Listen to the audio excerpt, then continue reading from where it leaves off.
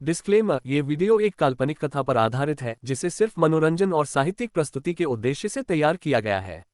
इसमें प्रयुक्त AI voice over और विजुअल्स का उद्देश्य दर्शकों को एक जीवंत और रोचक कहानी अनुभव देना है। प्रस्तुत कहानी का किसी भी वास्तविक व्यक्ति, स्थान या घटना से कोई संबंध नहीं है। इसे केवल रचनात्मक कल्पना के रूप में देखा जाए। आपका धन्यवाद। दोस्तों, अगर कहानी पसंद आए तो इस वीडियो पर 100 लाइक्स और 50 कमेंट्स पूरे करवा देना, तो कल सुबह एक और वीडियो लेकर आऊंगा। तो देर मत करो भाई, अभी लाइक ठोको, कमेंट करो और अपने दोस्तों के साथ शेयर करना मत भूलना। आपका सपोर्ट ही हमारी ताकत है। यशवर्धन राठौर चुपके से भीड़ से बाहर निकला और अपने एक अनुयायी को एक तरफ बुलाकर उसे ध्रुव सक्सेना को ढूंढने और विक्रम सिंह के निशा व्यास के साथ होने की बात बताने का निर्देश दिया। यशवर्धन राठौर के शब्द सुनने के बाद अनुयायी ने तुरंत इसके निहितार्थ को समझ लिया और कहा, भाई यशवर्धन, ध्रुव सक्सेना के गुस्सैल स्वभाव को देखते हुए वह आज इस सिंह उपनाम वाले लड़के को बिल्कुल नहीं छोड़ेगा। बस इतना है कि इस विक्रम लड़के में कुछ ताकत है और ध्रुव सक्सेना शायद उसका मुकाबला न कर पाए। यशवर्धन राठौर ने ठंडी हंसी छोड़ी और बोला, इससे कोई फर्क नहीं पड़ता कि ध्रुव छोटे व सक्सेना उसका मुकाबला कर सकता है या नहीं। मुख्य बात यह है कि यह स्वर्ण क्लब हाउस है। क्या वह यहाँ किसी को मारने की हिम्मत करेगा? अनुयायी ने तुरंत बात समझ ली और हंसते हुए बोला, समझ गया भाई यशवर्धन, आप बस इंतजार करें और तमाशा देखें।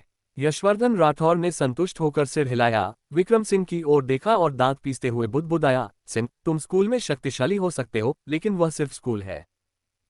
खते हैं कि क्या तुम स्वर्ण क्लब हाउस में यहाँ उछल कूद करने की हिम्मत करते हो। कुछ ही देर बाद अनुयायी लौट आया, दूर से यशवर्धन राठौर को एक आश्वस्त करने वाला इशारा करते हुए, ये संकेत देते हुए कि सब कुछ था बड़ी ईक है। यशवर्धन राठौर ने मुस्कुराते हुए सिर हिलाया और अब नाटक शुरू होने का समय आ गया था। निशा व्यास और नव्या मिश्रा विक्रम सिंह के पास रहीं, उसे समझाते हुए कि आज रात की सभा का उद्देश्य एक दोस्त के बाहर से वापस आने का उत्सव मनाने के लिए एक समारोह था। उनकी दोस्त, जिसका नाम टिया बजाज था, वह कानपुर के सबसे अमीर व्यक्ति राहुल बजाज की इकलौती बेटी थी। मौके पर मौजूद लोग सभी कानपुर के धनी और प्रमुख परिवारों के जाने माने वंशज थे, जो उनके अनुसार उनके सामाजिक दायरे से संबंधित थे। जो कोई भी यहाँ पहुंच सकता था, वह कोई साधारण व्यक्ति नहीं था और कविता सिंह जैसे लोग तो निमंत्रण कार्ड भी नहीं पा सकते थे। विक्रम सिंह को कानपुर के सबसे अमीर व्यक्ति की इकलौती बेटी में खास दिलचस्पी नहीं थी। वह यहाँ अभिनव मिश्रा और वैष्णवी की मदद करने के लिए आया था। बाकी मामलों की उसे परवाह नहीं थी। वास्तव में उसने दूर से कविता सिंह, यशवर्धन राठौर और अन्य लोगों को देखा था, लेकिन उसने उनकी ओर ध्यान नहीं दिया। उसके लिए वे कुछ भी नहीं थे। छी, बस एक विभागीय सुंदरी, और वह सोचती है कि वह कोई बड़ी हस्ती है। युवा मास्टर निशांत ने उसे इज्जत दी और फिर भी वह उसका अपमान करने की हिम्मत करती है। कितनी घमंडी है। इस तरह का व्यक्ति यहाँ कैसे आ गया? मैंने ऐसी कई लड़कियों को देखा है, हमेशा विभिन्न पार्टियों में घुसने की कोशिश करती हैं और उच्च समाज में शामिल होने के लिए बेताब रहती हैं। दिखावा करती हैं कि वे शुद्ध और कमल की तरह पवित्र हैं, लेकिन वास्तव में वे सिर्फ ढोंगी हैं। निशांत, वैष्णवी ने तुम पर शराब क्यों फेंकी? अभिनव मिश्रा ने चिल्लाकर कहा। तुमने पहले वैष्णवी के साथ बदतमीजी की, उसे छुआ, जिससे वैष्णवी इतनी गुस्सा हो गई कि उसने तुम पर शराब फेंक दी। तुम ये क्यों नहीं बताते कि तुमने वैष्णवी को मौखिक रूप से भी अपमानित किया? तू छोटा सा गंदा, मेरे और इस औरत के बीच जो होता है उससे तुझे क्या? निशांत व्यास ने अभिनव मिश्रा की ओर गुस्से से देखा और अचानक चिल्लाया, तू है कौन बे? मैंने तुझे पहले कभी नहीं देखा। तू यहाँ कैसे आया? आज रात नितेश के लिए स्वागत समारोह है, क्या तेरे पास निमंत्रण कार्ड है? क्या तुझे लगता है कि तू बस यूं ही स्वर्ण क्लब हाउस में घुस सकता है? निशांत व्यास, बस कर, नव्या मिश्रा ने चिल्लाकर कहा। अभिनव और वैष्णवी मेरे मेहमान हैं, क्या तुम मुझसे सवाल कर रहे हो? निशांत व्यास का चेहरा ठंडा पड़ गया और उसने गंभीरता से कहा, नव्या दीदी, क्या तुम इन दोनों को बचाने की योजना बना रही हो? निशांत व्यास गुस्से से भड़क उठा। दूसरे तुमसे डर सकते हैं नव्या मिश्रा, लेकिन मैं, निशांत व्यास, नहीं डरता। मैं तुम्हें नव्या दीदी सम्मान देने के लिए कहता हूँ। चूंकि तुम मुझे गंभीरता से नहीं लेती, तो मुझ असभ्य होने के लिए दोष मत दो। अगर मुझे सही याद है, तुम्हारे पास भी स्वर्ण क्लब हाउस का सदस्यता कार्ड नहीं है। तुम्हें दूसरों को आमंत्रित करने का क्या अधिकार है? निशा व्यास स्तब्ध रह गई। उसने विक्रम छोटी ईआह को ज्यादा समय तक नहीं जाना था और केवल इतना जानती थी कि विक्रम सिंह को पेय पदार्थ मिलाने में अविश्वसनीय कौशल था, न कि उसकी युद्ध कौशल भी इतना मजबूत था।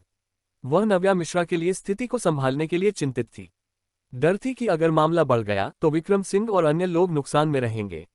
निशांत व्यास के अनुयायी तुरंत आगे बढ़े और तभी निशा व्यास होश में आए और विक्रम सिंह के सामने दौड़ पड़ी, गुस्से से चिल्लाते हुए, मैं देखूं कौन उसे छूने की हिम्मत करता है। सब लोग हैरान रह गए। निशा व्यास निशांत व्यास की बहन थी और अगर वह विक्रम सिंह की रक्षा कर रही थी तो उन्हें वाकई नहीं पता था कि क्या करना है। निशांत व्यास गुस्से से लाल हो गया। ठीक है, जाओ दादाजी को बता, मैं भी उनसे न्याय मांगूंगा, देखते हैं कौन सही है और कौन गलत। हम परिवार हैं, फिर भी तुम बाहरी लोगों का साथ देती हो मेरे खिलाफ, सिर्फ इसलिए कि दादाजी तुम्हें दुलारते हैं। क्या तुम्हें लगता है कि तुम सच को नजरअंदाज कर सकती हो? मैं आज इस मामले में तुम्हें कोई रियायत नहीं दूंगा, मैं निश्चित रूप से उन्हें कीमत चुकाने के लिए मजबूर करूंगा। निशा व्यास गुस्से से भड़क उठी और कुछ कहना चाहती थी, लेकिन तभी विक्रम सिंह ने उसे पीछे खींच लिया। यह मामला मेरे और उसके बीच है, तुम्हें इसमें शामिल होने की जरूरत नहीं, विक्रम सिंह ने ठंडे स्वर में कहा। निशा जी, मैं आपकी दयालुता की कद्र करता हूं, लेकिन यह मामला आज सुलझाना ही होगा। अरे, ये गरीब लड़का कहां से आ गया? इसे न तो आकाश की ऊंचाई पता है और न ही जमीन की गहराई, जो व्यास परिवार के युवा में आस्था के खिलाफ जाने की हिम्मत कर रहा है। क्या यह मरने की इच्छा नहीं रखता? निशा जी उसकी रक्षा कर रही हैं, इसे भाग जाना चाहिए था जब मौका था। अब यह निशांत व्यास को चुनौती दे रहा है। निशांत व्यास इसे कैसे छोड़ सकता है? हाँ, अब मजा आएगा। निशांत व्यास कोई दयालु संत नहीं है। आसपास की भीड़ शोर मचा रही थी और लगातार ताने और मजाक उड़ा रही थी। बदतमीज, तू वाकई बहुत घमंडी है। निशांत व्यास तुरंत गुस्से से दहाड़ा। ठीक है, तुझमें हिम्मत है। लड़के, तो आज इस मामले को सुलझा लेते हैं। विक्रम सिंह, निशा व्यास फिर से बोलना चाहती थी, लेकिन विक्रम सिंह ने बस हाथ हिलाकर उसे रोक दिया। मेरे पास ज्यादा दोस्त नहीं है, लेकिन अभिनव मिश्रा एक है, और वैष्णवी भी। विक्रम ने निशांत व्यास की ओर देखा, उसका स्वर ठंडा था। अब तुमने मेरे दो दोस्तों को मारा। मुझे नहीं लगता कि तुम्हारी बाहें और टांगें तोड़ना ज्यादा है ना? ज्यादा, तेरी माँ, मैं आज तेरी सारी बाहें और टांगें तोड़ दूंगा। निशांत व्यास ने दहाड़ते हुए विक्रम सिंह की ओर दौड़ लगाए। निशांत व्यास को लगता था कि वह पहले इसलिए गिर गया था क्योंकि वह पर याप तैयार नहीं था। वर्षों की मार्शल आर्ट्स ट्रेनिंग के साथ उसे विश्वास था कि सीधे टकराव में वह विक्रम सिंह से हार नहीं सकता। निशांत व्यास, निशा व्यास ने गुस्से में चिल्लाया, चिंतित थी कि विक्रम सिंह नुकसान में रहेगा। लेकिन निशांत व्यास का हमला रोकने का कोई इरादा नहीं था। जैसे ही निशांत व्यास विक्रम सिंह पर झपटने वाला था, विक्रम सिंह भी हरकत में आया। वह अचानक निशांत व्यास की ओर दौड़ा। जो उसने देखा तो उसने पैर उठाकर लात मारने की कोशिश की। उसकी दौड़ की शक्ति और लात की संचित ऊर्जा का संयोजन बेहद मजबूत था। आमतौर पर लात खाने वाला दूर तक उड़ जाता, हालांकि जिसका सामना वह कर रहा था वह विक्रम सिंह था। विक्रम ने लात को एक तरफ हटाया, उसी समय अपनी बाईं बांह से निशांत व्यास की निचली टांग को लपेट लिया और पूरी ताकत से एक घूंसा मारा। सभी ने एक चटकने की आवाज सुनी और निशांत व्यास चीखते हुए जमीन पर गिर गया। कई गुर्गे तुरंत आगे बढ़े। विक्रम सिंह ने बिना किसी औपचारिकता के सबसे आगे वाले को पकड़ लिया, उसे उल्टा कर दिया और जमीन पर पटक दिया। उस आदमी का सिर कुचल गया और वह वहीं बेहोश हो गया। फिर विक्रम सिंह ने एक कदम आगे बढ़ाया, दो और आदमियों के सिर पकड़े और उनके सिर आपस में टकरा दिए। पहले वाले की तरह ये दोनों भी जमीन पर गिरकर बेहोश हो गए। आखिरी गुर्गा ये दृश्य देखकर डर से ठिठक गया, फिर मुड़ा और भागने लगा। विक्रम सिंह ने लापरवाही से मेज से एक शराब का गिलास उठाया और उसे गुर्गे की दाहिनी टांग पर फेंक दिया। वह आदमी तुरंत जमीन पर गिर गया, उसकी दाहिनी टांग एक विचित्र कोण में मुड़ गई, स्पष्ट रूप से गिलास के प्रभाव से टूट गई थी। ये सारी घटनाएं आधे मिनट के भीतर हुई। आसपास की भीड़ अभी भी सदमे में थी और इससे पहले कि वे प्रतिक्रिया दे पाते, सभी चार गुर्गे पूरी तरह अक्षम हो चुके थे। निशांत व्यास भी स्तब्ध था। उसके ये चार गुर्गे कमजोर नहीं थे, फिर भी विक्रम सिंह के हाथों में वे चींटियों को कुचलने जैसे थे। क्या ये लड़का इंसान भी है? विक्रम सिंह निशांत व्यास के पास वापस चला और ठंडे स्वर में बोला, मैंने कहा था कि मैं तुम्हारी बाहें और टांगें तोड़ दूंगा और मैं अपने वचन से पीछे नहीं हटता। निशांत व्यास डर से कांप रहा था और तभी दूर से एक गुस्सैल दहाड़ सुनाई दी, रुक जाओ। भीड़ ने मुड़कर देखा और एक 16 या 17 साल का युवक देखा जो एक समूह का नेतृत्व करते हुए आक्रामक हाव भाव के साथ आ रहा था। वह है सक्सेना परिवार का तीसरा बेटा। उसने 15 साल की उम्र में क्षेत्र मार्शल आर्ट्स की स्थापना की। बिना अपने परिवार की शक्ति या प्रभाव के 2 साल में उसने 7वें विद्यालय के ताइक्वांडो क्लब को पीछे छोड़ दिया और कानपुर के शीर्ष 4 मार्शल आर्ट्स स्कूलों में से एक बन गया। निखिल वर्मा से ऊपर शायद पृथ्वी भी उसका मुकाबला नहीं कर सकता। सक्सेना परिवार के लोग सामान्य मानकों से नहीं नापे जाते। क्या तुम भूल गए कि सबसे बड़े युवा मास्टर सक्सेना, शौर्य सक्सेना ने 13 साल की उम्र में ही कानपुर के शीर्ष 10 मास्टर्स में से एक को हरा दिया था? ये लड़का खत्म हो गया। देव सक्सेना का निशांत व्यास के साथ करीबी रिश्ता है, वह इस बार निश्चित रूप से निशांत की मदद करेगा। तुझमें कुछ हिम्मत है लड़के, देव सक्सेना ने निशा व्यास की ओर देखते हुए कहा। इतने सालों में किसी ने मेरे सामने इतना घमंड करने की हिम्मत नहीं की। भाभी, इसका क्या मतलब है? मेरा भाई 2 साल के लिए स्कूल चला गया और तुम किसी और के साथ जुड़ गई। और तुम अपने ही भाई को किसी अजनबी की मदद करने के लिए मार रही हो, ये कैसे उचित है? निशा व्यास गुस्से से कांप उठी, अपना मुंह बंद कर। देव सक्सेना, मैं तुम्हारी भाभी नहीं हूं, मेरा तुम्हारे भाई से कोई लेना देना नहीं है और तुम्हें मुझे उपदेश देने का कोई हक नहीं है। क्या वाकई? देव सक्सेना का चेहरा और ठंडा हो गया। उसने विक्रम सिंह की ओर देखा और बोला, तुम वाकई उसकी रक्षा कर रही हो? हालांकि जब मैं इस लड़के को कुत्ते की तरह मेरे सामने घुटने टेकने तक पीटूंगा, तब देखते हैं कि क्या तुम तब भी उसकी रक्षा करोगी। देव सक्सेना, तुम्हारी हिम्मत कैसे हुई? निशा व्यास गुस्से से भड़क उठी, अगर तुमने उसे छुआ तो मैं तुम्हें कभी नहीं छोड़ूंगी। हाँ हाँ हाँ। देव सक्सेना जोर से हंसा, अगर मैं उसे मार भी डालूं तो तुम मेरा क्या कर लोगी? निशा व्यास का चेहरा तेजी से रंग बदल गया। देव सक्स एना की उनके शकल में एक पागल आदमी के रूप में ख्याति थी और वह वाकई किसी को मारने की हिम्मत कर सकता था। विक्रम सिंह, तुम पहले चले जाओ, मैं इसे संभाल लूंगी।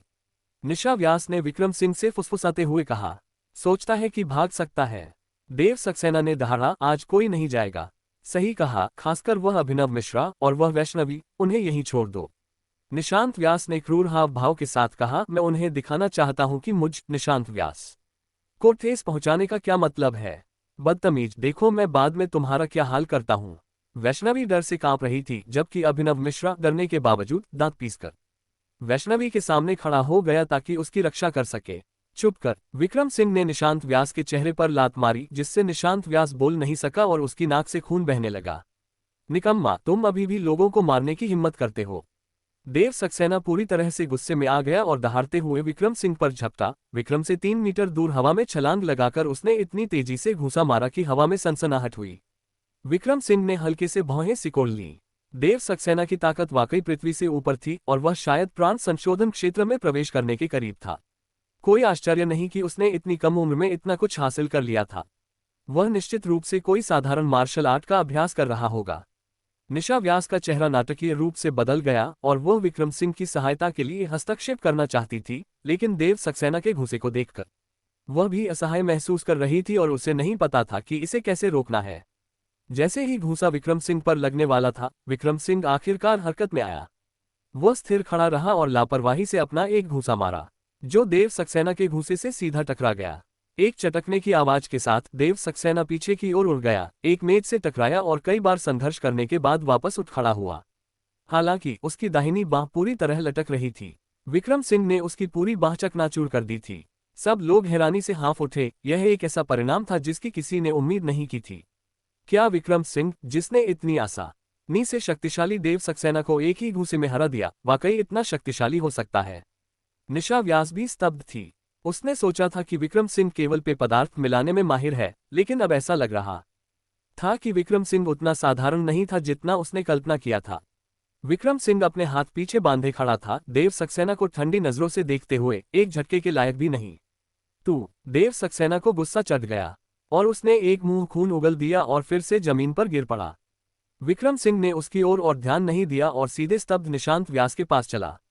ठंडे स्वर में उसने कहा, तेरे पास अभी 2 हाथ बचे हैं, मैं दोनों को एक साथ ही निपटा देता हूं। लेकिन तब तक बहुत देर हो चुकी थी। विक्रम सिंह ने उसके हाथ पकड़े और मोड़ दिए, दोनों बाहें उसी समय तोड़ दी। निशांत व्यास दयनीय रूप से चीखा, लेकिन विक्रम सिंह ने शुरू से अंत तक उसे दूसरी नजर भी नहीं दी, उसे मरे हुए कुत्ते की तरह एक तरफ फेंक दिया। सबकी नजरों में विक्रम सिंह अभिनव मिश्रा के पास चला, उसके कपड़े ठीक किए और मुस्कुराते हुए बोला, अभिनव, वैष्णवी, चलो। अभिनव मिश्रा ने ईमानदारी से मुस्कुराया, वैष्णवी को उठाने में मदद की और फुसफुसाया, वैष्णवी, मुझे माफ करना, मैं पहले तुम्हारी रक्षा नहीं कर सका। कोई बात नहीं। वैष्णवी की आंखें हल्की लाल थीं क्योंकि उसने अभिनव मिश्रा की कलाई को बिना छोड़े पकड़ रखा था।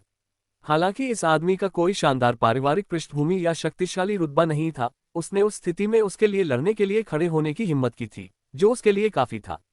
तुरंत बाद काले सूट में पुरुषों का एक समूह अंदर चला आया। उनका नेतृत्व करने वाला व्यक्ति, जो चश्मा पहने था, ने भौहें सिकोड़कर पूछा, यहाँ क्या हो रहा है? स्वर्ण क्लब हाउस में कौन हंगामा कर रहा है? ये स्वर्ण क्लब हाउस के प्रबंधक राघव हैं। यह मामला अब बड़ा हो गया है। ये लड़का विक्रम सिंह अब इसका खामियाजा भुगतेगा, किसी ने मध्यम आयु के व्यक्ति को पहचानते हुए धीमी आवाज में कहा। स्वर्ण क्लब हाउस को कानपुर का अंडरवर्ल्ड सरगना ईशान चलाता है। यहाँ हंगामा करना ईशान के सिर पर मिट्टी उछालने जैसा है। चाहे ये लड़का कितना भी ताकतवर हो, वह ईशान के खिलाफ नहीं लड़ सकता। हा, आज मजेदार तमाशा होगा। यशवर्धन राठौर की मुस्कान और भी आत्मसंतुष्ट थी। उसने वास्तव में अपनी उम्मीदें देव सक्सेना पर कभी नहीं टिकी थी।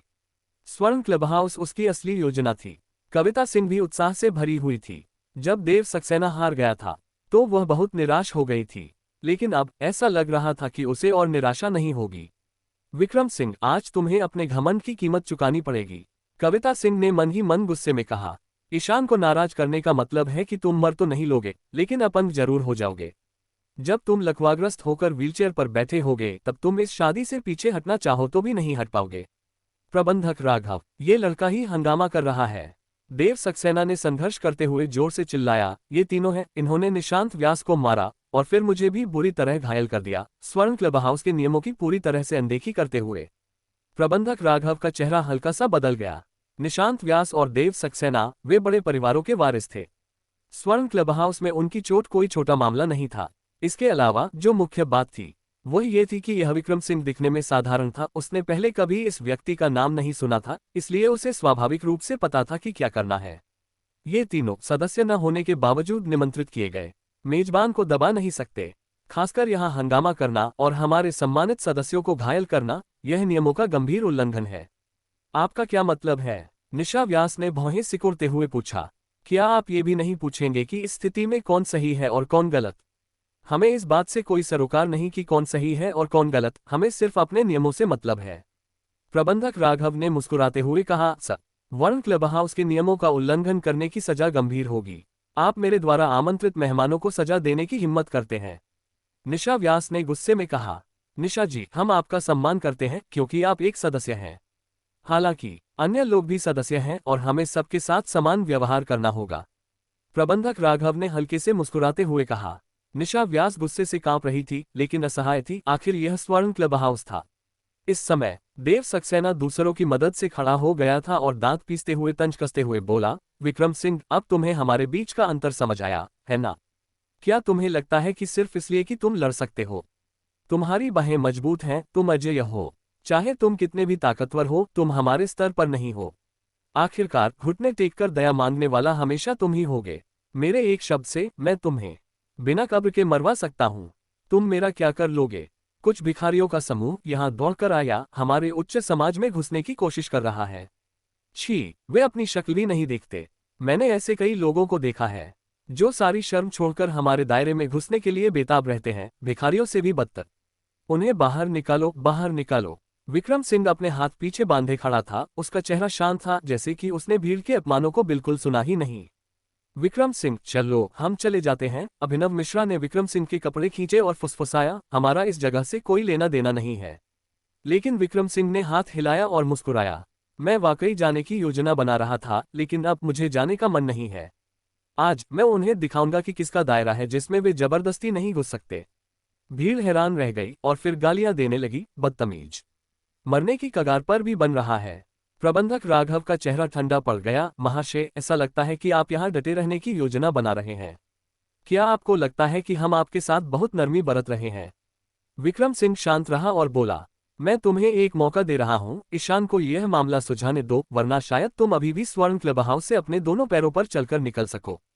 प्रबंधक राघव चौंक गया, फिर गुस्से में आ गया। तुम्हारी हिम्मत कैसे हुई बॉस का नाम लेने की?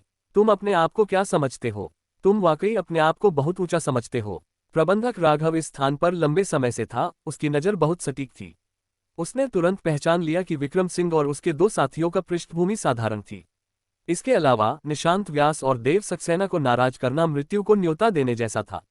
इसलिए उसे विश्वास नहीं था कि विक्रम सिंह ईशान को बिल्कुल जानता है, और उसने सोचा कि विक्रम सिंह उसे सिर्फ डराने की कोशिश कर रहा है। तुम्हें नहीं पता कि तुम कहाँ हो, फिर भी इतना घमंड करने की हिम्मत करते हो। आज तुम्हें अपने किए की कीमत चुकानी होगी। प्रबंधक राघव ने ठंडे स्वर में आदेश दिया, इन्हें बाहर निकालो।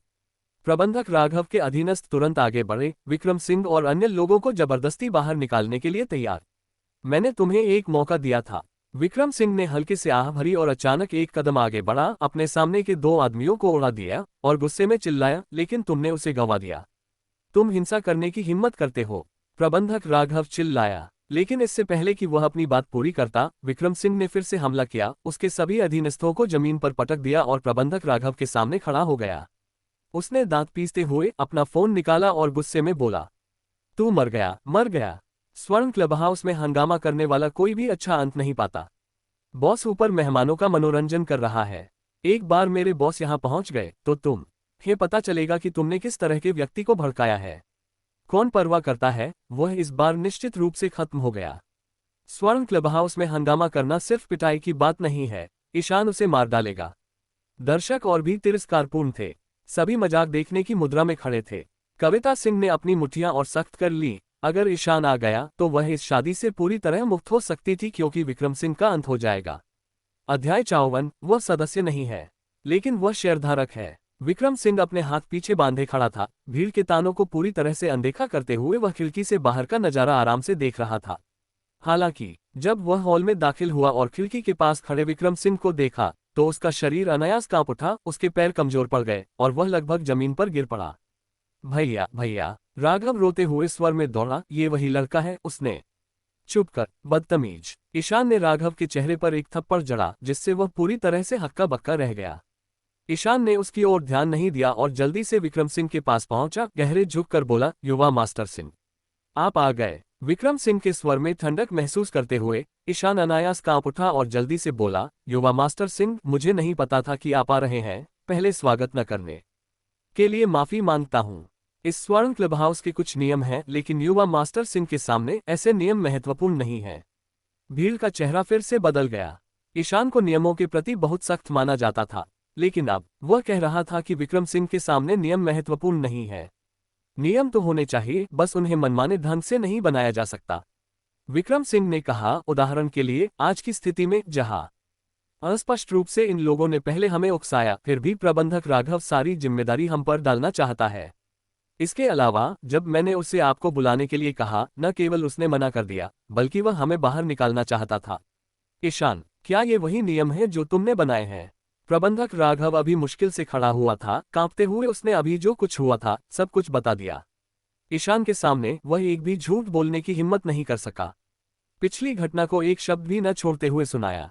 ईशान का गुस्सा सुनते सुनते बढ़ता गया और जैसे ही राघव ने बोलना खत्म किया, उसने राघव को जमीन पर लात मार दी और दहाड़ा, कमबख्त, मैंने तुम्हें ऐसा नियम कब दिया? तुम्हें लगता है ये जगह क्या है? अपने मन से नियम बना रहे हो? क्या तुम्हें लगता है कि मैं मर गया हूं? देव सक्सेना का चेहरा बर्फ की तरह ठंडा था। उसने दांत पीसते हुए कहा, भैया ईशान, मुझे पता है कि यह स्वर्ण क्लब हाउस है, लेकिन यह मत भूलो, स्वर्ण क्लब हाउस कानपुर में है। मेरा सक्सेना परिवार शायद कानपुर में कोई खास प्रतिष्ठित परिवार नहीं है, लेकिन हमारी भी कुछ इज्जत है। देव सक्सेना ने ठंडे स्वर में कहा, हम कौन कानपुर के अंडरवर्ल्ड सरगना को डराने की हिम्मत करता है? मैं सिर्फ अपने परिवार के लिए न्याय मांगना चाहता था। क्या ये भी नहीं हो सकता? तुम्हें न्याय चाहिए है ना?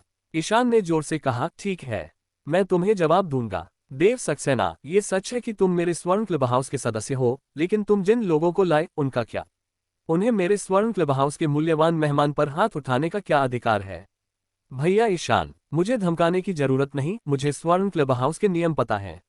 देव सक्सेना ने चिल्लाकर कहा, मेरे द्वारा लाए गए लोग सदस्य नहीं हैं, लेकिन मैंने उन्हें आमंत्रित किया था। और यह विक्रम सिंह, वह भी यहाँ का सदस्य नहीं है। अगर ईशान जबरदस्ती विक्रम सिंह की रक्षा करने पर अड़ा रहा तो ये स्वर्ण क्लब हाउस के नियम तोड़ने जैसा होगा, जिससे उसकी अपनी प्रतिष्ठा को भी नुकसान होगा। देव सक्सेना, क्या तुम और तुम्हारे लोग युवा मास्टर सिंह की बराबरी कर सकते हो? ईशान ने तंज कसते हुए कहा, यह सच है कि युवा मास्टर सिंह मेरे स्वर्ण क्लब हाउस के सदस्य नहीं है, लेकिन वह मेरे स्वर्ण क्लब हाउस के शेयरधारकों में से एक है। जैसे ही ये शब्द बोले गए, आसपास का माहौल तुरंत हंगामे से भर गया और सभी ने हैरानी से विक्रम सिंह की ओर देखा। यह विक्रम सिंह, क्या वह वाकई स्वर्ण क्लब हाउस का एक शेयरधारक था? कविता सिंह का दिमाग गड़गड़ाया और वह पूरी तरह से स्तब्ध रह गई। स्वर्ण क्लब हाउस, जिसमें उनके पिता भी प्रवेश नहीं कर पाए थे, वह विक्रम सिंह की संपत्ति थी। ये कैसे संभव था? वह इसे स्वीकार ही नहीं कर पा रही थी। लेकिन क्या स्वर्ण क्लब हाउस ईशान की निजी संपत्ति नहीं थी? भले ही कोई पर्दे के पीछे से निवेश करता हो, वह निवेश चौहान परिवार का होता है ना? इसमें कोई बाहरी व्यक्ति कब आ गया? दरअसल यह मामला पिछले रात ही आदित्य चौहान ने तय कर लिया था। वह जानता था कि विक्रम सिंह को अपने पक्ष में करना आसान नहीं होगा, इसलिए उसने ईशान को अपने नियंत्रण वाली कुछ महत्वपूर्ण संपत्तियों को विक्रम सिंह को उपहार में देने की व्यवस्था करने को कहा। न केवल विक्रम सिंह को अपने पक्ष में करने के लिए बल्कि उसे अपने साथ बांधने के लिए भी। भविष्य में ये संपत्तियां भी विक्रम सिंह की मानी जाएंगी और अगर कुछ हुआ तो विक्रम सिंह इसे अनदेखा नहीं कर सकता था। स्वर्ण क्लब हाउस इन संपत्तियों में से एक था। देव सक्सेना लंबे समय तक स्तब्ध रहा, उसकी आवाज कांपते हुए बोली, तुम बकवास कर रहे हो। स्वर्ण क्लब हाउस का नया शेयरधारक कब से हुआ? देव सक्सेना, क्या मुझे अपने स्वर्ण क्लब हाउस के मामलों की जानकारी तुम्हें देनी होगी? ईशान ने जोर से कहा। युवा मास्टर सिंह हमारे स्वर्ण क्लब हाउस के शेयरधारकों में से एक हैं, जो 20% शेयरों को नियंत्रित करते हैं। इसलिए युवा मास्टर सिंह भी स्वर्ण क्लब हाउस के मालिकों में से एक हैं और उन्हें यहां आने जाने के लिए सदस्यता कार्ड की जरूरत नहीं है। उनके द्वारा आमंत्रित मित्र स्वतः ही स्वर्ण क्लब हाउस के सदस्य बन जाएंगे। और अब अभिनव मिश्रा और वैष्णवी, 2 साधारण छात्र, वाकई स्वर्ण क्लब हाउस के सदस्य बन गए थे।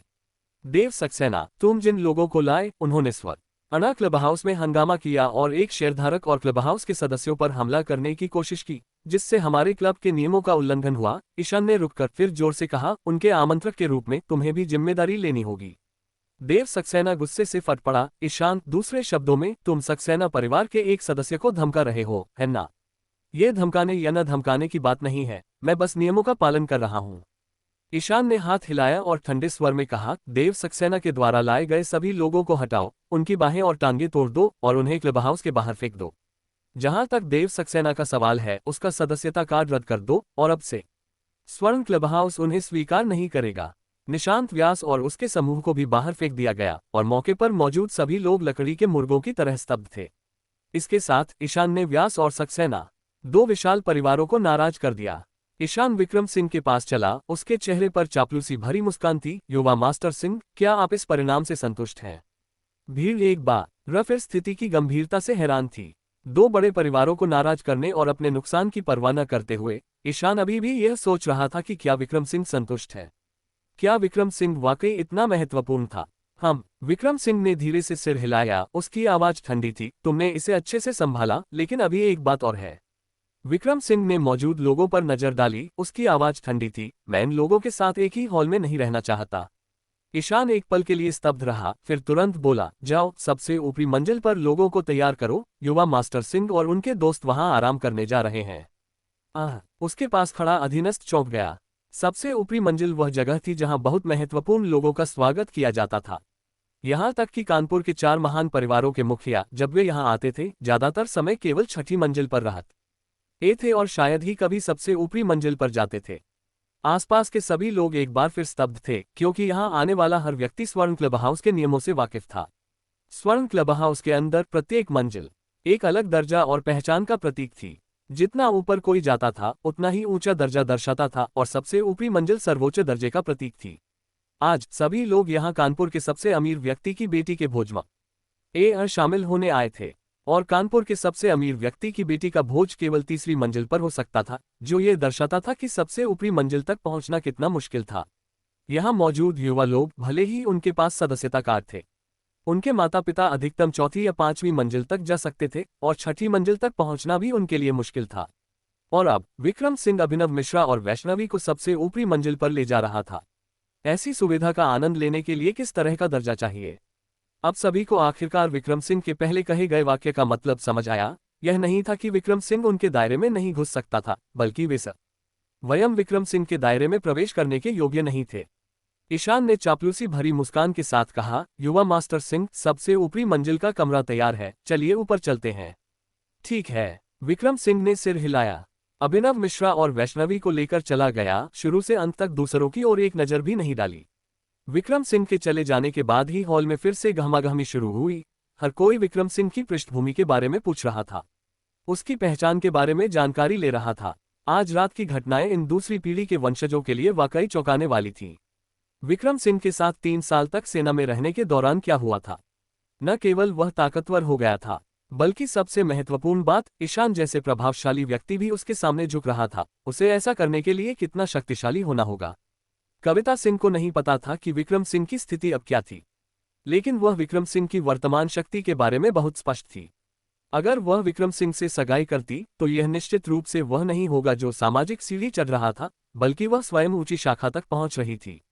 यह नहीं था कि विक्रम सिंह पहले उसका सामना करने की हिम्मत नहीं करता था, बल्कि वह उसे ध्यान देने से इनकार करता था। अगर विक्रम सिंह चाहता तो एक शब्द से ईशान निश्चित रूप से उसे बिना किसी हिचकिचाहट के काट डालता। ये व्यर्थ महिला यशवर्धन राठौर के अच्छे व्यवहार से प्रभावित नहीं होती थी, वह हमेशा उसकी पृष्ठभूमि पर केंद्रित रहती थी। अब विक्रम सिंह की पृष्ठभूमि स्पष्ट रूप से यशवर्धन राठौर से ऊपर थी। कविता सिंह का दिल किस ओर झुकेगा?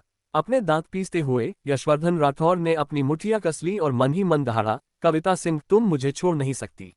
विक्रम सिंह चाहे तुम कितने भी ताकतवर हो, मैंने तुम्हारी औरत पर नजर रख ली है। दुर्भाग्यवश कविता सिंह को स्वयं यह नहीं पता था। विक्रम सिंह स्वर्ण क्लब हाउस में ज्यादा देर नहीं रुके, क्योंकि उन्हें ऐसे दृश्य पसंद नहीं थे। वे यहां अपने दोस्त अभिनव मिश्रा को साथ देने आए थे और स्थिति को बढ़ाने का मकसद अपने दोस्त को सम्मान देना था। जहां तक उनकी अपनी बात थी, विक्रम सिंह को ऐसी बाहरी संपत्तियों की परवाह नहीं थी, उन्हें अपनी ताकत की ज्यादा फिक्र थी। अभिनव मिश्रा और वैष्णवी को ईशान के लोगों ने विदा किया, जबकि विक्रम सिंह अकेले निकल गए। वे शहर की ओर नहीं गए, बल्कि क्लब हाउस के पीछे स्वर्ण पर्वत की ओर बढ़े। स्वर्ण पर्वत कानपुर में एक प्रसिद्ध पर्वत है। इस पर्वत का वास्तुशास्त्र बहुत अनुकूल है, यही कारण है कि स्वर्ण क्लब हाउस को इस शुभ स्थान पर बनाया गया था। दूसरी ओर स्वर्ण पर्वत का पिछला हिस्सा ज्यादातर कब्रिस्तानों से भरा है, जहां कानपुर के धनी लोग अपने पूर्वजों को दफनाते हैं।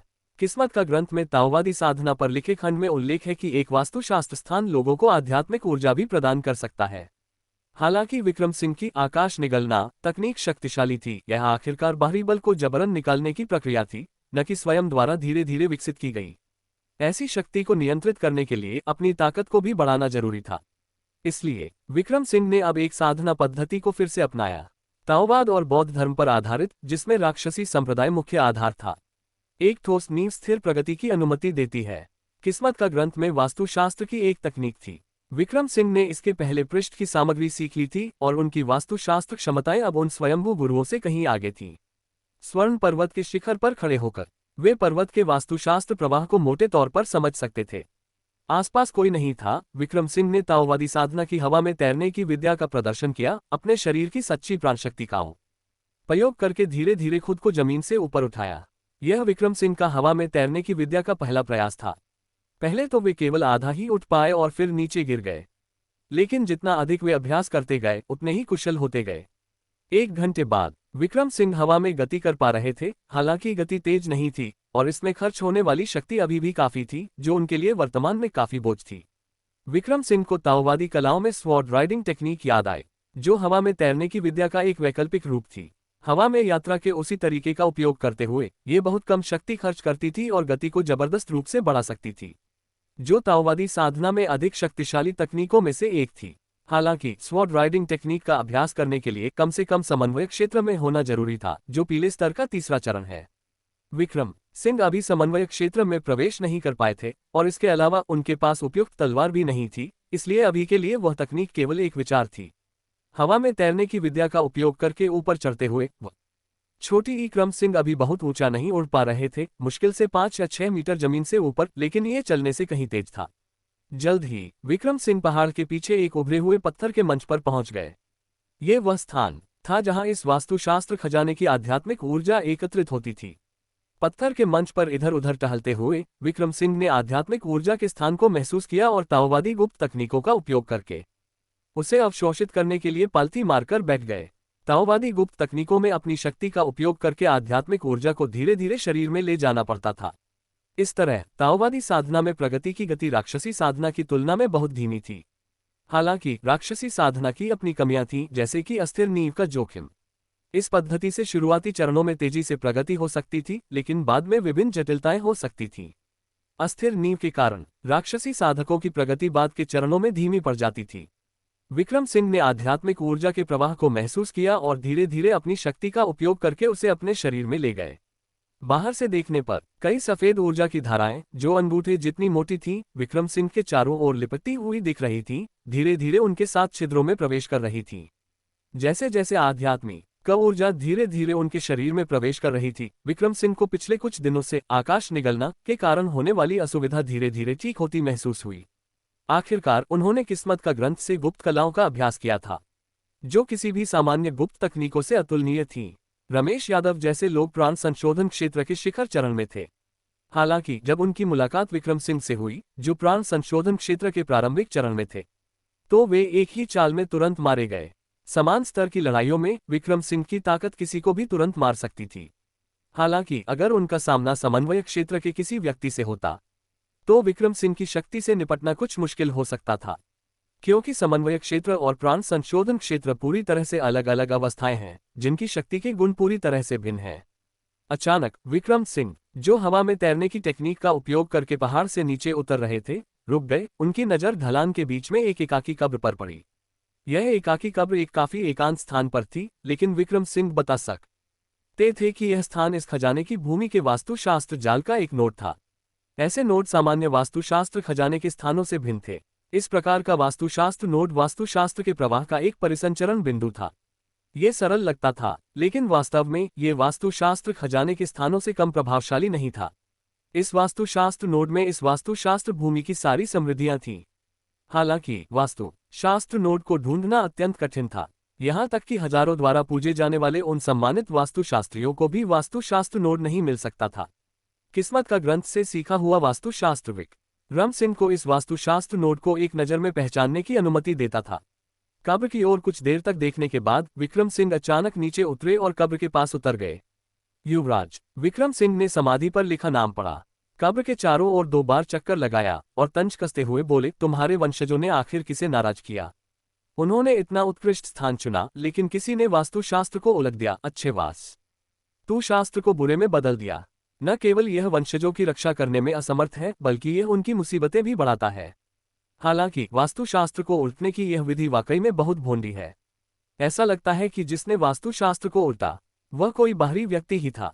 विक्रम सिंह वहां ज्यादा देर नहीं रुके, क्योंकि वे न तो इस युवराज के वंशजों को जानते थे और न ही समझते थे, इसलिए उन्होंने इस मामले में हस्तक्षेप नहीं किया। पहाड़ से नीचे आने के बाद विक्रम सिंह ने स्वर्ण क्लब हाउस को बाईपास किया, धीरे धीरे शहर के केंद्र की ओर बढ़े। एक ओर ऊर्जा बचाने के लिए और दूसरी ओर आसपास के दृश्यों का आनंद लेने और ये देखने के लिए कि क्या उन्हें आध्यात्मिक ऊर्जा एकत्र करने वाली कोई और जगह मिल सकती है। स्वर्ण क्लब हाउस से लगभग 10 मील दूर एक मोड़ पर विक्रम सिंह ने दूर से सड़क के किनारे 5 गाड़ियां खड़ी देखी। वाहनों के बाहर काफी लोग खड़े थे, जिनमें से विक्रम सिंह ने एक को पहचाना। ये देव सक्सेना था, जो गुस्से में पास खड़े किसी व्यक्ति से बात कर रहा था। युवा मास्टर, हमें पहले वह गाड़ी रख लेनी चाहिए थी। अगर हमने उसके 2 दोस्तों को पकड़ लिया होता तो हमें इस लड़के के न दिखने की चिंता नहीं करनी पड़ती। एक चमचे ने फुसफुसाया। बकवास, देव सक्सेना ने गाली दी, क्या तुम दिमाग से पैदल हो? ये स्वर्ण क्लब हाउस है। अगर हमने उन दोनों को वहां पकड़ा होता तो क्या ईशान सीधे हमसे जान की बाजी लगाने नहीं आ जाता? हमारा लक्ष्य क्या है? वह बदमाश सिंह। इस सिंह लड़के में कुछ हुनर है और उसके पीछे ईशान का समर्थन भी है। अगर हमें उसे हराना है तो हमें एक ही झटके में करना होगा और कोई चूक नहीं होनी चाहिए। विक्रम सिंह दूर से हंस पड़े। इस देव सक्सेना में वाकई हिम्मत थी, यहां उनकी घात लगाकर। ऐसा लगता था कि पहले दी गई सजा उनके लिए काफी नहीं थी। उनके चमचे तुरंत विक्रम सिंह को घेरने के लिए दौड़े। वे सभी हथियारबंद थे और ऐसा लगता था कि वे आज विक्रम सिंह को सही सलामत जाने देने की योजना नहीं बना रहे थे। कई अन्य लोगों के सहारे देव सक्सेना पास आया।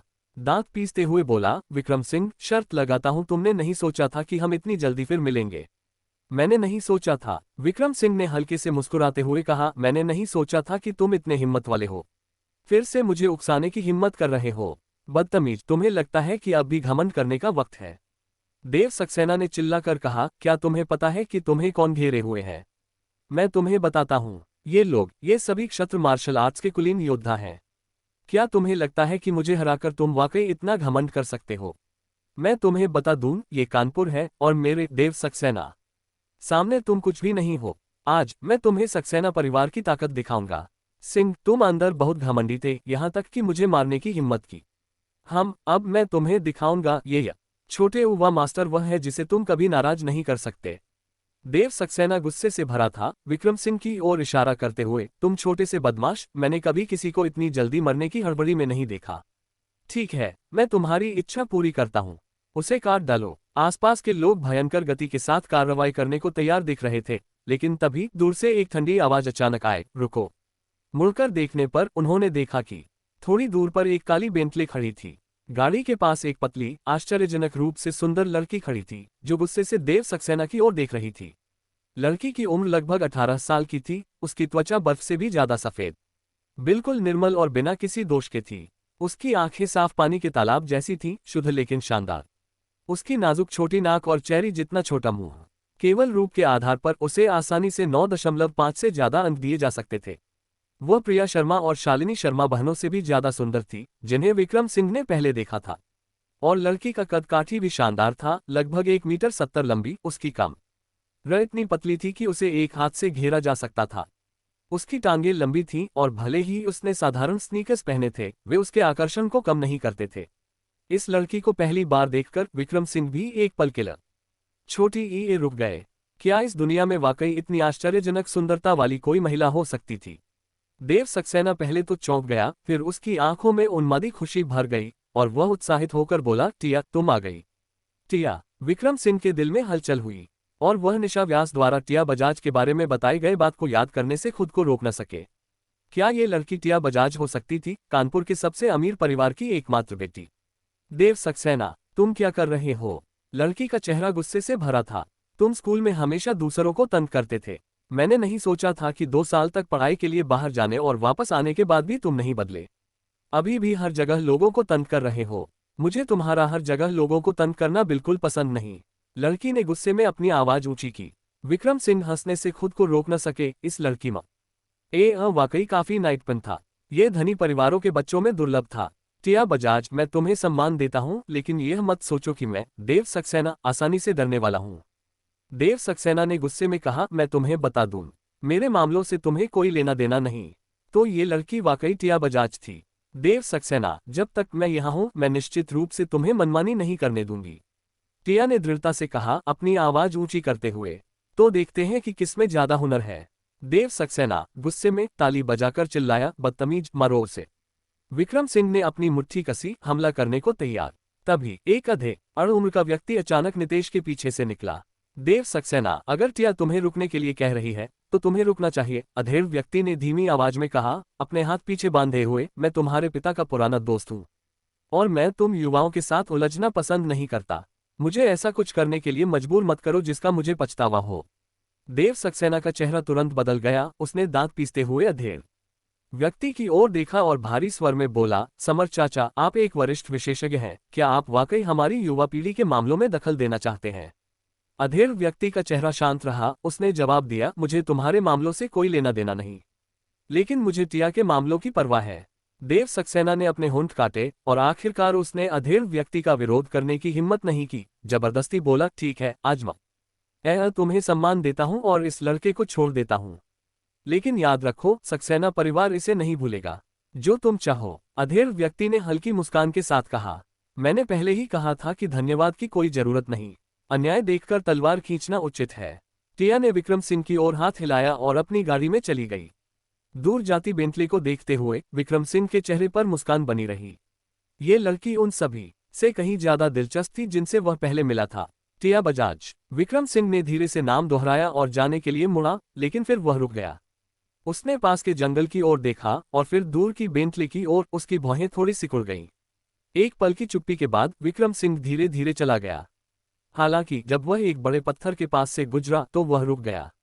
पीछे मुड़कर उसने देखा कि जंगल से 3 काले बिंदु निकलकर स्वर्ण क्लब हाउस की ओर तेजी से बढ़ रहे थे। ये 3 लोग जंगल में छिपे थे जब टिया वहां थी और अब वे स्वर्ण क्लब हाउस की ओर जा रहे थे। विक्रम सिंह को हर कारण से शक था कि वे टिया के पीछे थे। अरे, क्या मैंने नहीं सुना कि तुम वापस आ गई हो? मैं खास तौर पर तुम्हारे स्वागत समारोह में शामिल होने आया हूं, उसने कहा। हम। अधेड़ व्यक्ति ने बिना कुछ कहे गुर्राया। उसकी आंखों के भाव से वह लक्ष्य के प्रति ज्यादा स्नेह नहीं रखता था। तुम्हें खबरें जल्दी मिलती हैं, है ना? मैं अभी अभी लौटी हूं और तुम्हें पहले ही पता चल गया, टिया ने हल्के व्यंग्य के साथ कहा। हाँ, जैसे ही मैंने सुना कि समर चाचा वापस आए हैं, मुझे अंदाजा हो गया कि तुम भी होगी। लक्ष्य ने मुस्कुराते हुए कहा, चलो टिया, ऊपर चलते हैं। तुम्हारे दोस्त सब इंतजार कर रहे हैं। चाचा, आप पहले आराम करें, मैं ऊपर जाकर अपने दोस्तों से मिलती हूँ। नितेश ने अधेड़ व्यक्ति से मुस्कुराते हुए कहा, ज्यादा देर तक बाहर मत रहना। अधेड़ व्यक्ति ने हल्के हंसते हुए कहा, टिया के प्रति उसका लाड़ प्यार अपने भतीजे के लिए उसकी तुलना में कहीं ज्यादा था। समझ गई, टिया ने हंसते हुए जवाब दिया और स्वर्ण क्लब हाउस में आगे बढ़ी। जब वे तीसरी मंजिल के हॉल में पहुंचे तो अपेक्षित चहल पहल वाला दृश्य नहीं था। इसके बजाय वहां गंदगी थी और कई कर्मचारी सफाई कर रहे थे। फर्श पर हाल ही में हुई झड़प के निशान थे, जो विक्रम सिंह की पहले की झड़प का परिणाम था। घटना के बाद कई लोग चुपके से निकल गए थे। इन लोगों ने विक्रम सिंह की बुराई की थी, लेकिन जब उन्हें एहसास हुआ कि वह ऐसा व्यक्ति है जिसे वे नाराज नहीं कर सकते, तो कौन रुकने की हिम्मत करता। यहाँ क्या हुआ? लक्ष्या की आंखें आश्चर्य से फैल गईं। क्या ये जगह हमारे लिए आरक्षित नहीं थी?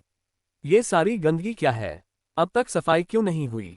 क्या स्वर्ण क्लब हाउस में यही सेवा मिलती है? एक 30 साल के आसपास का व्यक्ति पास आया और मुस्कुराते हुए माफी मांगी। मुझे वाकई खेद है, एक अप्रत्याशित घटना हुई और इसलिए तीसरी मंजिल अस्थायी बड़ी ही रूप से समारोहों के लिए उपयुक्त नहीं है।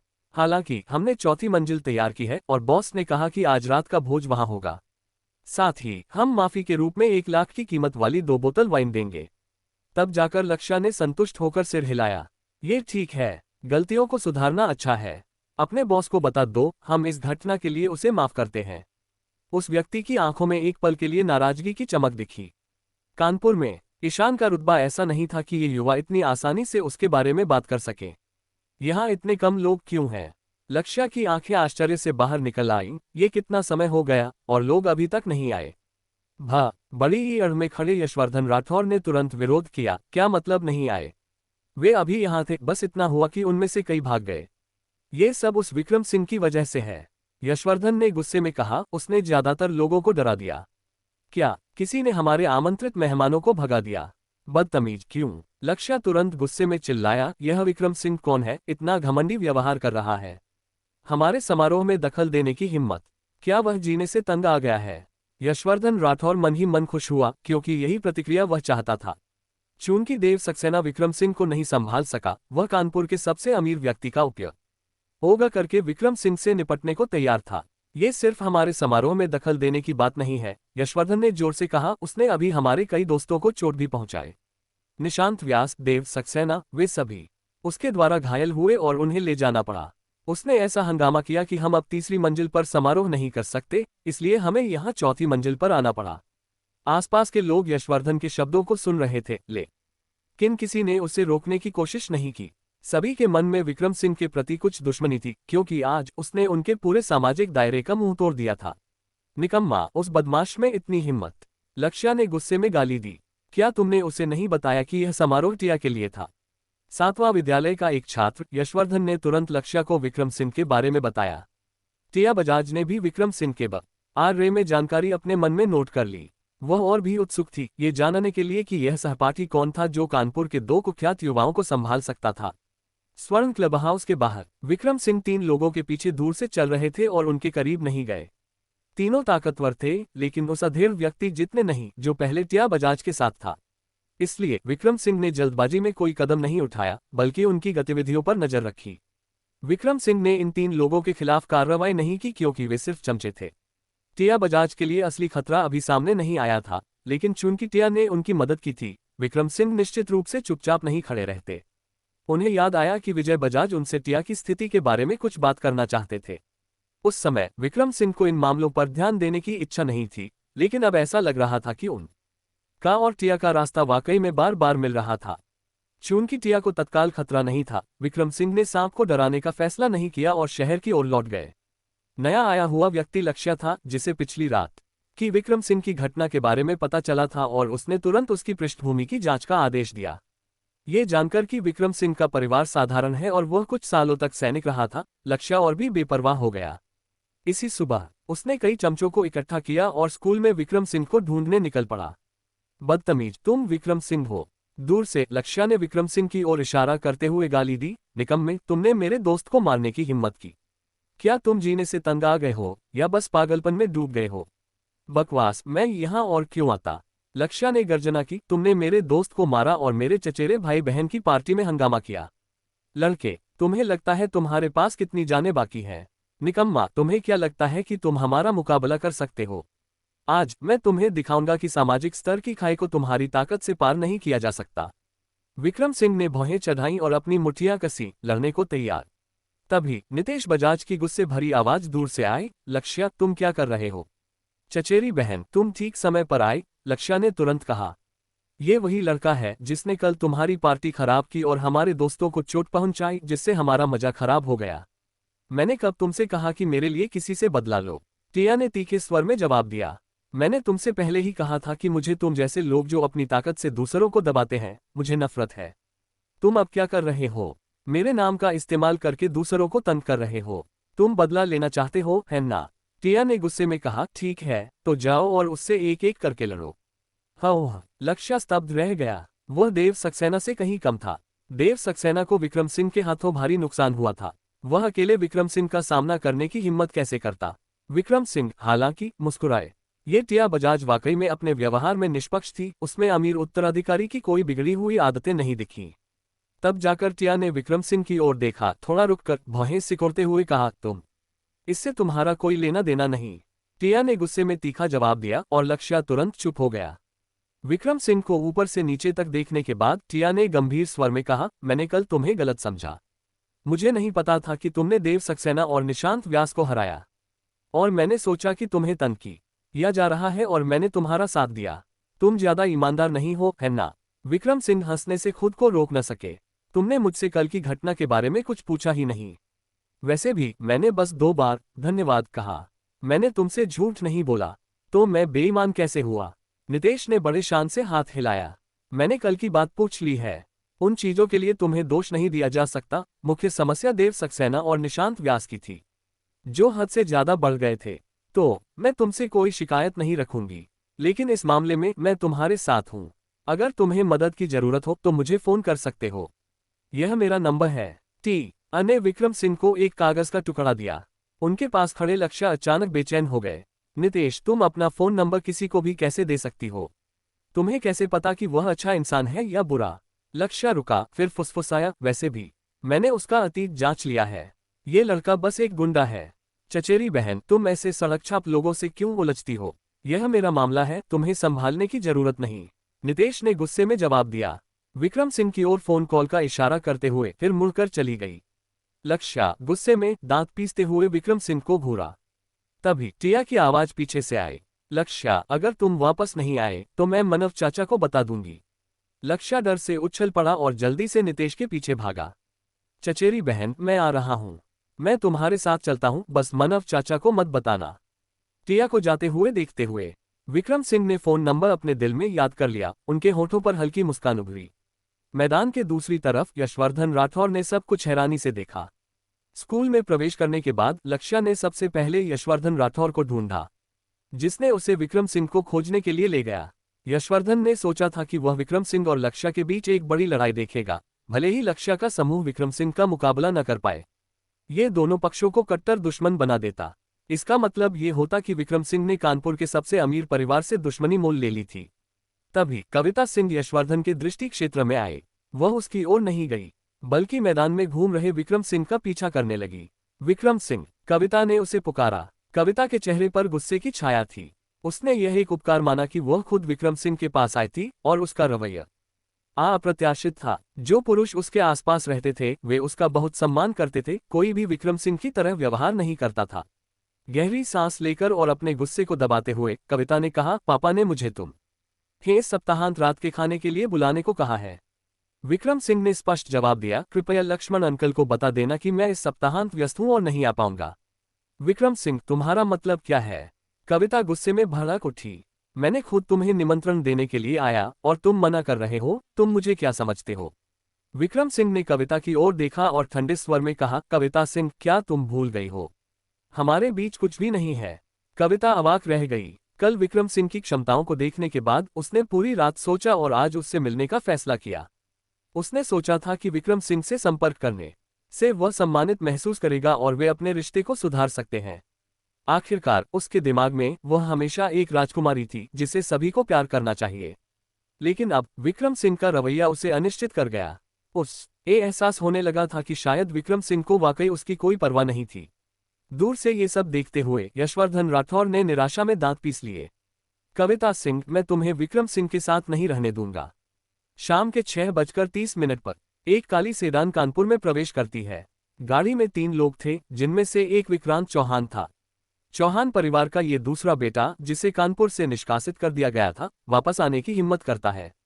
विक्रांत चौहान के बगल में एक 20 साल का युवक बैठा था, जो विक्रांत चौहान के पास बैठने के बावजूद चेहरे पर घमंड लिए हुए था। युवक का नाम अयान था और वह विक्रांत चौहान की पत्नी को मासी कहता था। अयान ने ठंडे स्वर में कहा, मामा बुरा ना माने, लेकिन आदित्य चौहान आपके सामने क्या है? उसे आपके द्वारा 20 साल से चलाए जा रहे व्यवसायों को लेने का क्या अधिकार है? क्या आप वाकई ऐसे जूनियर को सब कुछ सौंपने के लिए तैयार हैं? विक्रांत चौहान का चेहरा लाचारी से भरा था। उन्होंने बुदबुदाते हुए कहा, मैं क्या कर सकता हूं? आदित्य चौहान के पीछे गुरु विक्रम का समर्थन है। दिनेश चौहान को उन्होंने बचाया था और अब आदित्य चौहान का पलड़ा भारी है। अयान ने तिरस्कार भरी हंसी के साथ कहा, हम गुरु विक्रम का क्या बकवास। मैंने पहले कभी इस व्यक्ति का नाम नहीं सुना। विक्रांत चौहान ने जल्दी से कहा, लेकिन वह एक असली गुरु है। यहां तक कि कानपुर के गुरु नित्यानंद भी उनके सामने घुटने टेककर दया की भीख मांग चुके हैं। हम ऐसे व्यक्ति को उकसाने का जोखिम नहीं उठा सकते। कानपुर का वह गुरु नित्यानंद भी एक धोखेबाज है। अयान ने कहा, क्या आपने नहीं सुना? गुरु नित्यानंद ने कानपुर में धोखाधड़ी और दिखावा किया जब तक कि उनकी पोल नहीं खुल गई। वहां रहने में असमर्थ होने के बाद वह कानपुर में वापसी करने आए। ये संभव है कि यह सब विक्रम सिंह और इस गुरु नित्यानंद की मिलीभगत से किया गया नाटक हो। इसे भूल जाए मामा, अयान ने कहा। मेरे नाना और उनके लोग पहले ही चौहान परिवार में पहुंच चुके हैं और यहां तक कि कमांडर ऋष भी रास्ते में है। मेरे नाना ने पहले ही कमांडर ऋष से संपर्क किया है। कमांडर ऋष निश्चित रूप से आपका समर्थन करेंगे। दिनेश चौहान उनके सैनिकों में से एक थे, तो उनके समर्थन के साथ आपको किस बात का डर है? कमांडर ऋष भी आ रहे हैं। विक्रांत चौहान का चेहरा उत्साह से चमक उठा। उन्होंने फुसफुसाते हुए कहा, क्या कमांडर ऋष वाकई मेरी मदद करेंगे? बिल्कुल, अयान ने विजयी मुस्कान के साथ कहा। यह मत भूलिए, मेरे नाना ही कमांडर ऋष की पुरानी बीमारी को नियंत्रित कर रहे हैं। आप जानते हैं कि मेरे नाना क्या कर सकते हैं, है ना? क्या उन्होंने आपकी टांगें ठीक नहीं की? इन सालों में कमांडर ऋष मेरे परिवार के बहुत आभारी रहे हैं। मेरे नाना के व्यक्तिगत रूप से मदद मांगने पर वह निश्चित रूप से मना नहीं करेंगे। विक्रांत चौहान ने अपनी टांगों की ओर देखा। उनकी टांगों की हड्डियां टूटी थीं और ऐसी चोट को ठीक होने में आमतौर पर 1 साल से ज्यादा समय लगता। हालांकि उनके ससुर ने उन्हें कुछ ही दिनों में फिर से चलने में सक्षम बनाया। ये चिकित्सा कौशल वाकई चमत्कारी था।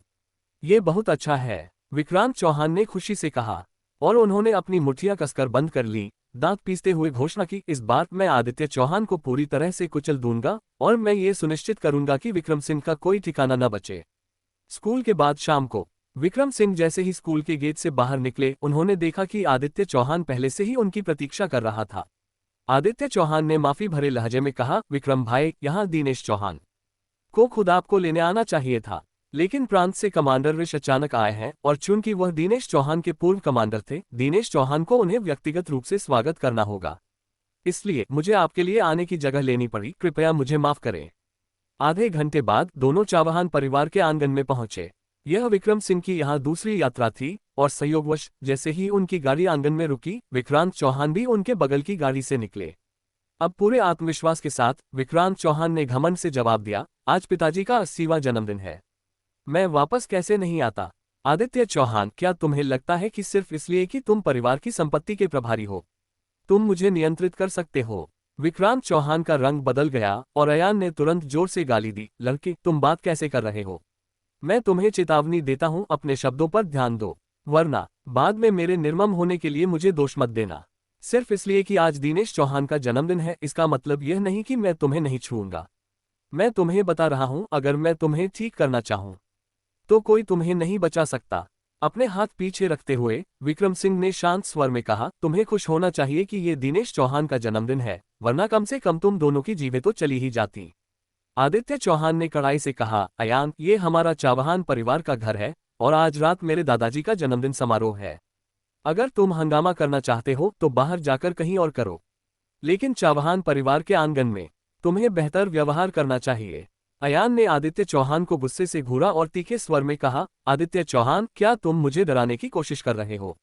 आदित्य चौहान, आज रात तुमने जो शब्द कहे उन्हें याद रखो, हम देखेंगे। विक्रांत चौहान ने ठंडे स्वर में ये शब्द छोड़े और अयान को लेकर आंतरिक आंगन में चले गए। आदित्य चौहान ने अपनी भौहें कसकर सिकोड़ ली और धीमी आवाज में विक्रम सिंह से कहा, विक्रम भाई, मुझे वाकई खेद है, मुझे नहीं पता था कि वे आएंगे, लेकिन चिंता मत करो, ये चौहान परिवार का स्थान है, यहाँ कोई तुम्हारा कुछ नहीं बिगाड़ सकता। कोई बात नहीं, विक्रम सिंह ने हल्की मुस्कान और हाथ हिलाते हुए कहा, वास्तव में मैं देखना चाहता हूं कि वे मेरे साथ क्या कर सकते हैं। विक्रम सिंह के शांत चेहरे को देखकर आदित्य चौहान के मन में चुपके से घबराहट हुई। वह जानता था कि विक्रम सिंह के स्वभाव के साथ अगर आज रात की घटना बढ़ गई तो विक्रांत चौहान को गंभीर मुसीबत में पड़ना पड़ सकता था। चौहान परिवार का आंतरिक आंगन आज रात असाधारण रूप से जीवंत था।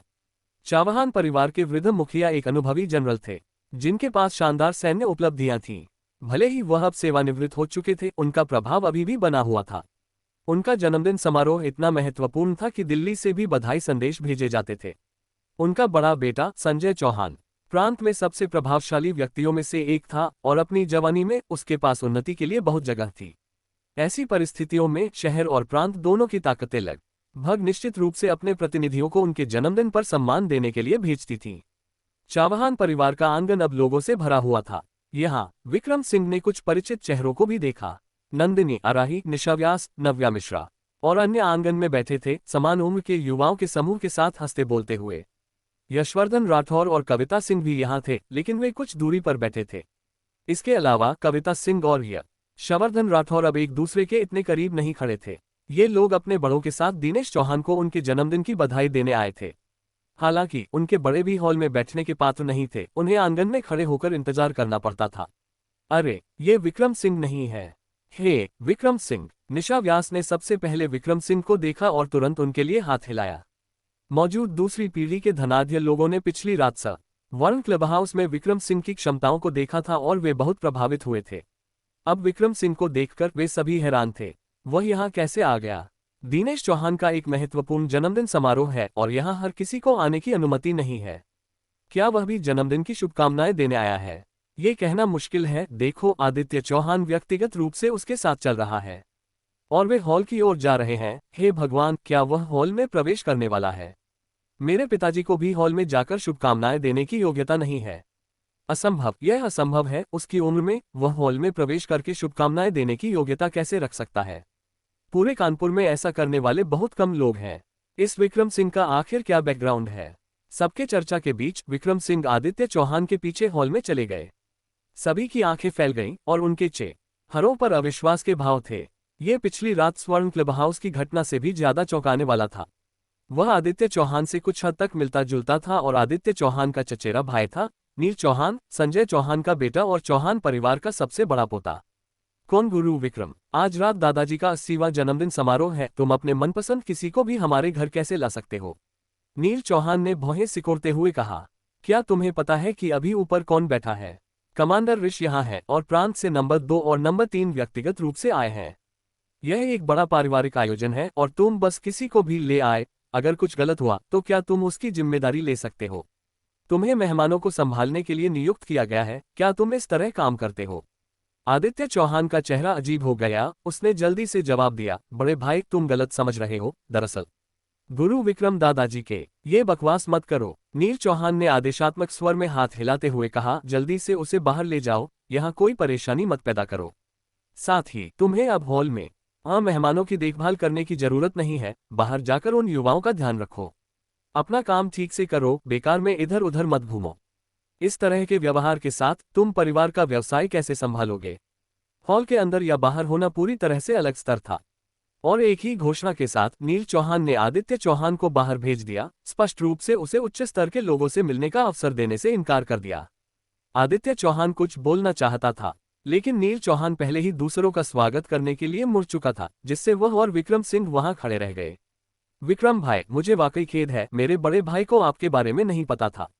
अगर कोई अपराध हुआ तो मैं यहाँ आपसे माफी मांगता हूँ, आदित्य चौहान ने पश्चाताप से भरे चेहरे के साथ कहा। विक्रम सिंह का चेहरा शांत रहा। उन्होंने नील चौहान को दूर जाते हुए देखा और धीरे से कहा, ऐसा लगता है तुम्हारे परिवार के व्यवसाय को संभालने से परिवार में कई लोग संतुष्ट नहीं हैं। आदित्य चौहान ने आह भरी और धीमी आवाज में कहा, परिवार का व्यवसाय मूल रूप से मेरे दूसरे चाचा ने बनाया था। इतने सालों से मेरे बड़े चाचा परिवार के स्तंभ रहे हैं और मेरे दूसरे चाचा ने परिवार की आर्थिक जीवन रेखा को नियंत्रित किया है, बिना किसी बदलाव के। जहां तक हमारी शाखा का सवाल है, जैसा कि आप जानते हैं, मेरे पिता ने कई सालों तक शहर में काम किया है, इसलिए परिवार में हमारी स्थिति ज्यादा ऊंची नहीं है। इन सालों में मेरी कड़ी मेहनत के बावजूद परिवार की नज़र में मैं कभी भी मेरे बड़े और दूसरे चाचा के बच्चों के बराबर नहीं हो सकता। मेरे बड़े भाई ने सरकारी रास्ता चुना है और भविष्य में मेरे बड़े चाचा की जगह लेंगे। मेरे दूसरे चाचा के दोनों बच्चे, एक सेना में शामिल हुआ और दूसरा बचपन से परिवार के व्यवसाय को संभाल रहा है और वह भी मेरे दूसरे चाचा की जगह परिवार के व्यवसाय को संभालेगा। ये सब बातें पहले से तय थीं। नतीजतन मैं अचानक सामने आया और परिवार के सारे व्यवसायों को संभाल लिया। ऐसी बात, मेरे दूसरे चाचा के बच्चों की तो बात ही छोड़ दें। मेरे अपने बड़े भाई और अन्य लोग भी बहुत असंतुष्ट हैं। विक्रम सिंह ने आदित्य चौहान को देखा और शांत स्वर में कहा, वे असंतुष्ट हो तो क्या कर सकते हैं? तुम मेरे दोस्त विक्रम सिंह हो और अब से चौहान परिवार को भी तुम्हें सबसे ऊपर सम्मान देना होगा। आदित्य चौहान ने विक्रम सिंह के शब्दों को ध्यान से महसूस किया और मुस्कुराने से खुद को रोक न सके। पहले उन्हें विक्रम सिंह कुछ ज्यादा ही रूखे लगे थे, लेकिन अब उन्हें एहसास हुआ कि विक्रम सिंह वास्तव में काफी मिलनसार हैं। तुम उनसे जैसा व्यवहार करते हो वैसा ही व्यवहार वह तुम्हारे साथ करते हैं। इसे छोड़ो, चलो अभी के लिए घर के अंदर चलते हैं। आदित्य चौहान ने मुस्कुराते हुए कहा, लेकिन जैसे ही वह आगे बढ़ने वाले थे, दो लोग सामने आए और उन्हें रोक लिया। तीसरे युवा मालिक, अभी बड़े युवा मालिक ने निर्देश दिया कि आप इस अतिथि को बाहर ले जाकर उनकी व्यवस्था करें। साथ ही उन्होंने कहा कि आप बाहर रहकर बाहर के लोगों की देखभाल करें और मुख्य हॉल में प्रवेश करने की जरूरत नहीं है। आदित्य चौहान तुरंत गुस्से में आ गए और बोले, तुम दोनों क्या कह रहे हो? गुरु विक्रम दादाजी द्वारा विशेष रूप से आमंत्रित विशिष्ट अतिथि हैं, तुम गुरु विक्रम के साथ ऐसा व्यवहार कैसे कर सकते हो?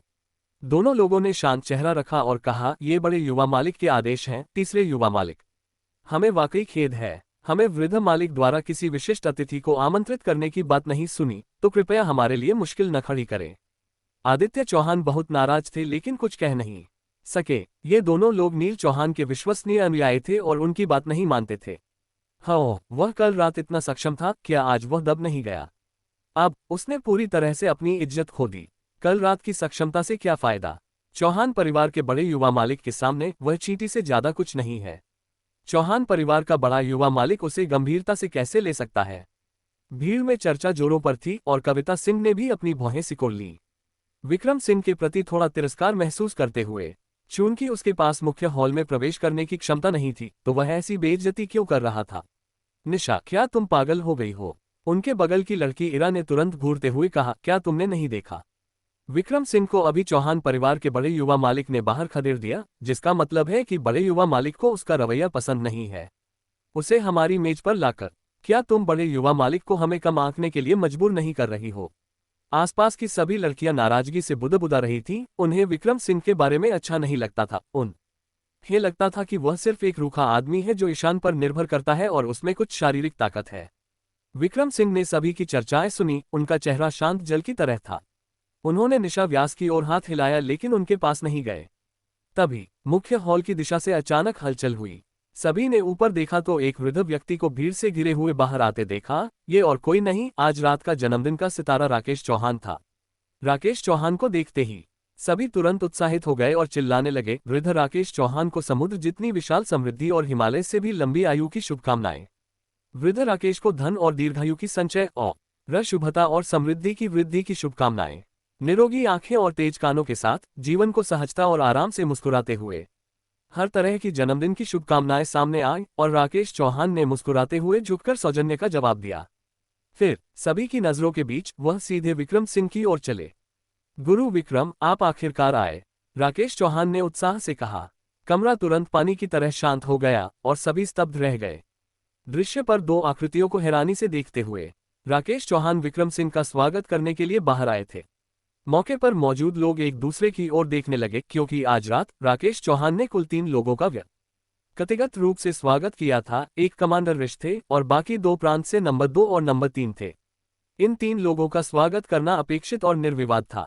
दूसरों के लिए, यहां तक कि शहर के कई बड़े लोगों और 4 प्रमुख परिवारों के मुखियाओं के लिए भी। राकेश चौहान व्यक्तिगत रूप से स्वागत करने नहीं आए, इसके बजाय संजय चौहान ने उनकी ओर से काम किया।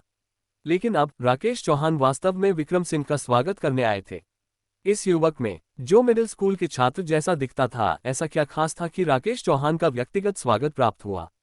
और वे युवा जो अभी विक्रम सिंह का मजाक उड़ा रहे थे, अब उनके चेहरे पीले पड़ गए थे। राकेश चौहान ने व्यक्तिगत रूप से विक्रम सिंह का स्वागत किया था। क्या ये हो सकता है कि विक्रम सिंह का इतना बड़ा रुतबा हो?